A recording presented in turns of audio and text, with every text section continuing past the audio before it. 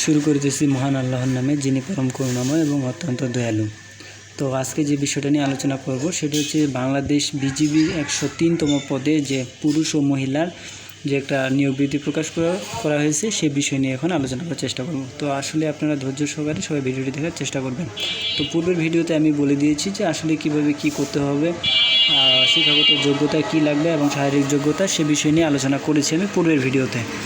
যদি আপনারা সেই ভিডিওটি না দেখে থাকেন তাহলে আমার ইউটিউব চ্যানেলে আপনারা গিয়ে দেখেন, সেই ভিডিওটি অলরেডি একদিন হচ্ছে সেখানে আপলোড করেছি। তো কথা না বলে চলুন ভিডিওটি শুরু করা যাক। আসলে আপনারা দেখতে পাচ্ছেন যে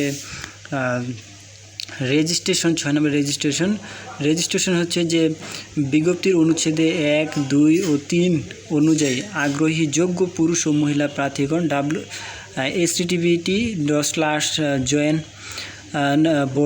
border guard বাংলাদেশ bgb.gov.bd এই ওয়েবসাইটে প্রবেশ করে 10ই সেপ্টেম্বর 2024 তারিখ 100 ঘটিকা হতে 19 সেপ্টেম্বর 2024 তারিখ 2400 ঘটিকা পর্যন্ত অনলাইনের মাধ্যমে এখানে আবেদন করা যাবে।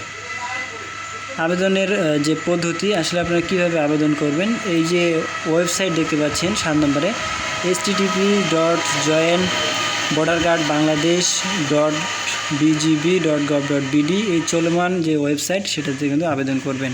আবেদনের যে ধাপগুলো সেখানে লেখা আছে। প্রথম ধাপটি হচ্ছে নিয়োগ বিজ্ঞপ্তির হতে আবেদন করুন বাটনে ক্লিক করুন এবং আবেদনের যে আপনার নিয়োগ বিজ্ঞপ্তি হতে আবেদন বাটনে ক্লিক করুন এবং আবেদনের পূর্বে আবেদন পদ্ধতি ধাপগুলো ভালোভাবে পড়ুন। তারপরে হচ্ছে এগিয়ে যান বাটনে ক্লিক করুন, যোগ্যতার পরীক্ষা সংক্রান্ত সমস্ত প্রশ্নের উত্তর দিন।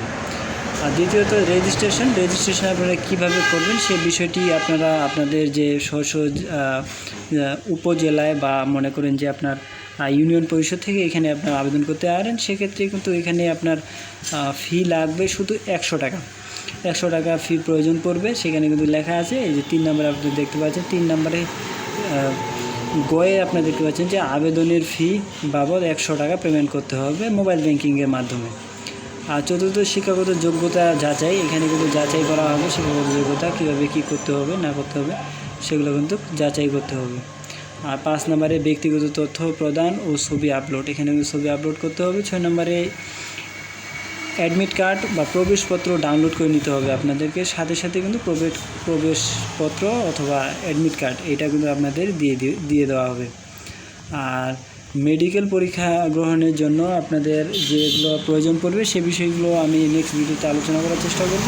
আসলে আপনারা আপাতত এগুলো করেন, আর পরবর্তীতে যখন এটা শুরু হবে তখন এটা বিস্তারিত নিয়ে আলোচনা করার চেষ্টা করা হবে। তো এখানে লেখা হচ্ছে আবেদন ফি জমা দেওয়ার পর তা আর ফেরত প্রদান করা হয় না। একবার চূড়ান্ত আবেদনের পর তা আর সংশোধন বা পরিবর্তন করা যাবে না। একবারেই শুধু আপনি আবেদন করতে পারবেন, সেক্ষেত্রে কোনো এডিট আপনি এখানে করতে পারবেন না। 10 নম্বরে অন্যান্য জনপ্রশাসন মন্ত্রণালয় কর্তৃক 23 জুলাই 2024 তারিখে জারিকৃত প্রজ্ঞাপন অনুসরণ করা হবে। তো এই ছিল আজকের